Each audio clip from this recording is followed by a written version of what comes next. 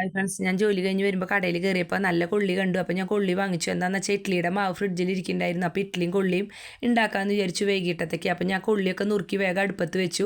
പിന്നെ കുറച്ച് പച്ചമുളകും വാങ്ങിച്ചിട്ടുണ്ടായിരുന്നു, അതൊക്കെ കഴുകി വെച്ചു. അതിന് ശേഷം കൊള്ളിയൊക്കെ വെന്ത് വന്നപ്പോൾ ഞാനത് താളിച്ചെടുത്തു. അതിന് ശേഷം ഇഡ്ഡലി ഉണ്ടാക്കാനുള്ള കാര്യങ്ങൾ നോക്കുകയാണ്. അപ്പോഴാണ് വാവിച്ച് പറഞ്ഞത് അവൾക്ക് ഇഡ്ഡലി വേണ്ട, ദോശ മതിയെന്ന്.